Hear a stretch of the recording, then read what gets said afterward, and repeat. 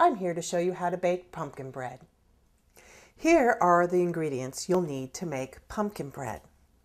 The ingredients you'll be needing today are ginger, cinnamon, salt, nutmeg, vanilla, canned pumpkin. You can also use fresh pumpkin if you've cooked it. Baking soda. I'm using sunflower oil. I also like safflower oil. Brown sugar, eggs, water, flour, sugar. You also need, I have spray oil here for the pan. You can also use butter for the pan. You'll need a measuring cup, a dry measuring cup, a bowl, a wet measuring cup, a loaf pan,